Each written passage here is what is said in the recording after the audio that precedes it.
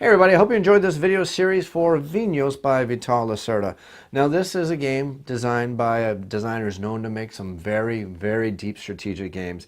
He's known for CO2, Kanban, and the original Vinhos, and I'll go on this in a second, but this is actually a second edition of Vinhos, and it's actually two games in a box, but I'll cover that in just a second. Now, the designer of this game is known for making some very deep, very strategic games that have lots of potential to play, lots of strategy, and lots of variety, and Vinhos is no exception to this at all. Now, in this video series, I've only explained to you the 2016 version of Vinhos. Now, this box itself right now comes with a double-sided board. This board is double-sided.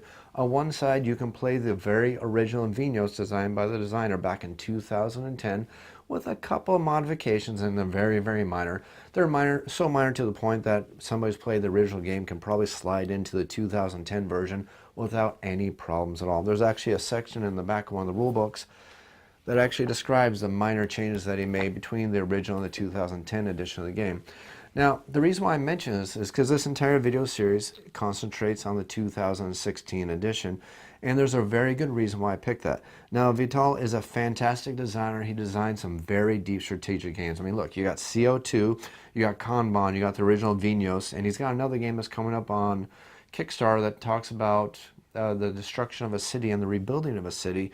And again, he's a fantastic designer that makes some very deep games, but sometimes they can be a little bit too deep, a little too difficult, and a little bit too strategic. Now, for somebody like me who really loves those kind of games, it's fantastic. I love it. I'm always wanting more of his games. He's a fantastic designer, in my opinion, and he's probably one of my top 3 designers in the world right now, in my opinion, just because he designs the style of games that I like. Deep strategic games where there's multiple options. There's never just one single path of victory. There's multiple paths of victory, multiple strategies, and multiple ways to play the game. Vinhos is no exception to that. All his designs are like that. But again, they're very challenging games, and that's one thing I liked about the Vinhos 2016. See, I never felt that Vinhos, the original Vinhos, was a game that I can pull out with your average board gaming group because it was such a deep game. It involves your markets, your banks, and your everything that goes along those lines. And it's one of those games that you had to play multiple times just to get the basic strategies, and you had to have at least 5 or 6 games underneath your belt before you even felt confident enough to feel like you can play the game on a deeper level. And that's something that's really great about the 2016 edition. This game has been streamlined, but it's been streamlined in a very good way. It's still a deep game, don't get me wrong. This is definitely not a first or a second step board game for any stretch of the imagination at all. I would never say that. But it's not as complex as the original game, and that's allowed me to do one thing that I really like. I've been able to bring this game to the table with my less, how do I say this? I have a couple board game groups I meet up with. I have a meetup that I go to once in a while, which has a wide variety of games, and I have my personal meetup group, which is friends who I have over to my house who like a little bit of the deeper games. Nice thing about this game is I can bring this game to a meetup, the 2016 edition, and while it may be a little tough for people to get into learning the game, it's still not as difficult as the original game, and that's one thing that's really awesome about the game. It was streamlined, but it's still a deep strategic game that offers multiple paths to victory. You can plan for a long-term goal, and if you watch my playthrough video, and I know it's long, that's why I broke it into 2 videos, and as a nice segue here, if you like me breaking that into 2 videos, leave comments down below. Let me know that's something you like, and I'll try to do that in the future. Because this is a channel for you and for me. If you like what I do, let me know. If you don't, let me know. I don't know if you like what I'm doing, but leave comments if you like what I did there. But anyways, this is a game that is deep strategically, offers multiple paths to victory. You can go for the short-term goals where you try to get the victory points early in the game and try to cement in. You can go a little bit for the gamble if you want, if you think you can go for the gamble and take some risks. Or you can go for a long-term goal where you're starting off really slow to build your engine, like any kind of strategy game where you want to build your financial engine and try to pull it out in the end. And you see that I use 3 very different strategies to play the game. And if you watch the final scores were within 7 points. That was from first to last place. And that's something that shows just how quality this game is. If you watch the early part of the video, the orange player was lagging behind by 40 points, I think, at one point. But they went from a 40-point deficit to manage to pull almost and take second place.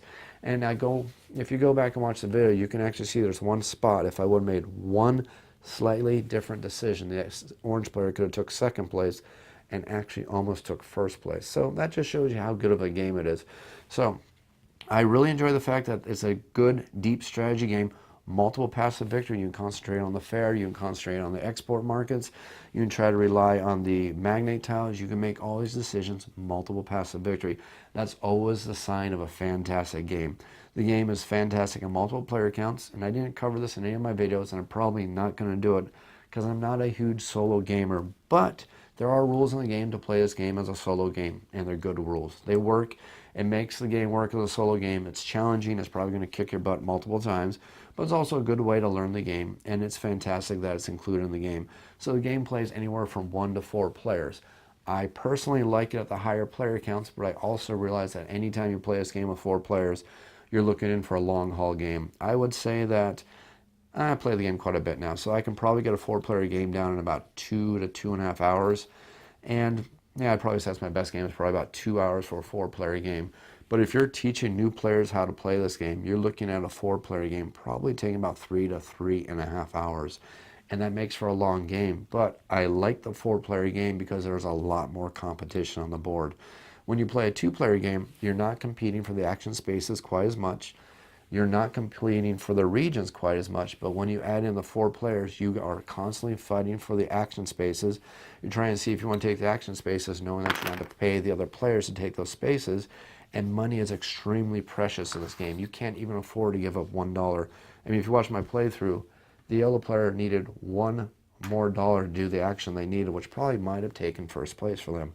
So it shows you just how important money is in the game. But when you get more players, you get a lot more of the interaction with the board where players are competing for these regions. For these action spaces. You start seeing a lot more competition for the regions as players are competing for them, and you're going to start seeing a lot more of these expert tiles being used because players are going to look for the expert tile that allows them to shuffle around the regions to make sure they get the better vineyards. And you're also going to see that the wineries are also going to be competed for much more hotly, and you're also going to see the cellars disappearing a lot quicker. So the game has a different feel to it between the 1-player, the 2-player, the 3-player, and the 4-player game. I think a lot of people are going to play this game as a 2-player game, and they're going to have a fantastic time with the game. It's great at 2 players. It's great at 3 players. And it's great at 4 players. You just need to understand that the more players you add, the more interaction you're going to have, but you're definitely going to add to the play time of the game.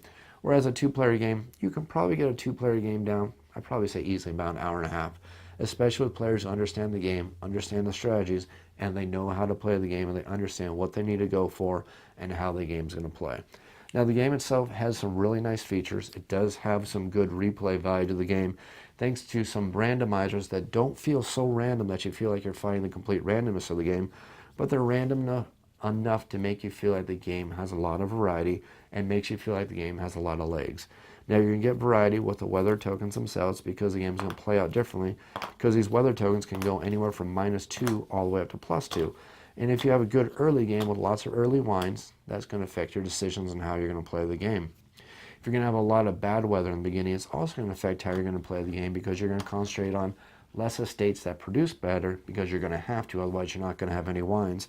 Whereas opposed to if you get a lot of really good weather patterns, a good series of weather patterns that are going to give you lots of good weather, you're going to go for lots of estates because you're going to get lots of smaller wines. But again, that's going to affect your strategies. Your strategies are also going to be affected by how the magnate tiles are going to come out. And again, your strategy is going to be affected just by which regions are being purchased by the other players. So the game has a lot of legs, it has a lot of replay, lots of strategy, and there's a lot of good mechanics built into the game. Not only do you get a really fantastic game here, but Eagle-Gryphon has done a really good production with the game. Now, the components that come with this game are absolutely fantastic. You're looking at a lot of high-quality components, and there's even a really nice insert that comes with the box. Now, unfortunately, Eagle-Gryphon, for some reason, never shows any kind of display or anything like that of how you're supposed to put all these components in the insert. Luckily, usually after you play a game once or twice, you can kind of figure out how the components are going to go, but I know it's going to drive a lot of people crazy because they're going to have all these components. They have this box with all these slots, and you have no idea how to put it together. Play the game a couple times, you'll figure it out pretty quickly. The insert actually does work, but it's probably going to frustrate you the first couple times you look at it. But the game is really fantastically designed. You have a high-quality board that's double-sided with lots of artwork and lots of symbols on the board that are going to guarantee that once you played Vinhos a few times, you're probably never going to need the rulebook ever again.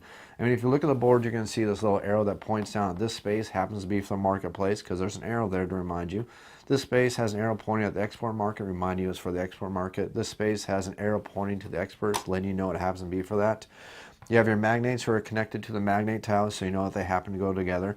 You have this nice tracker right here which reminds you how to do the fair every single time. You have this tracker right here that tells you how to score the fair. You have this tracker right here that tells you how to score the final victory points for the game. You have all these little markers and all the spaces that tells you how to set up the game. You need to know how many wine cellars you need for a 3-player game. You don't even need the rule book. It's right here on the board. It's really fantastic. You have symbols all over the place, remind you about the cubes. There are symbols all over, remind you that you need to throw the cubes out there when you're playing the game. Because trust me, the first couple times you play the game, you're gonna forget to put these cubes out. I don't know why. It's just something that I've always had a problem with Vinhos when I'm always playing it. There's one thing I always forget to do is put the cubes out. That's why I've kind of made it the point every time I play the game, every time I do an action that requires the cubes, I put the cubes in front of me so I never forget, because otherwise I know I'm going to forget. But for some reason I always forget them. But oh well. Nice segue. Just ignore the fact that there's a lot of fantastic thought that went into this game to make sure the board is going to remind you how to play the game.